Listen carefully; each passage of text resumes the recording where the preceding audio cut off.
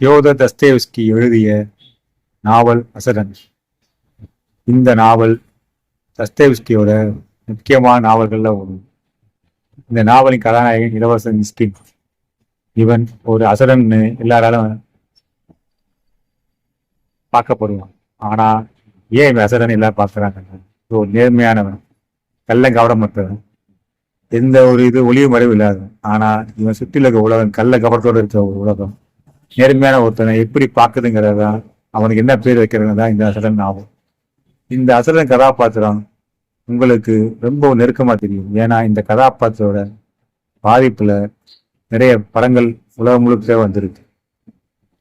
தான் இந்த கதாபாத்திரம் இருக்கு. ஏன்னா அந்த அளவுக்கு ரொம்ப உண்மையா இந்த கதாபாத்திரத்தை தஸ்தேவ்ஸ்கி படைச்சிருக்கு.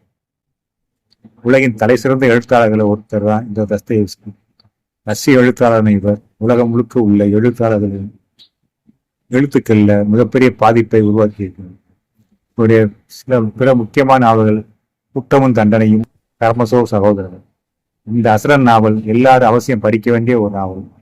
இந்த நாவலை தமிழ்ல எம்ஏ சுசிலா அவர்கள் மொழிபெயர்த்திருக்காங்க. இதை பாரதி கோஸ் வெளியிட்டு ஒரு முக்கியமான நாவல். இதை எல்லாரும் படிக்க.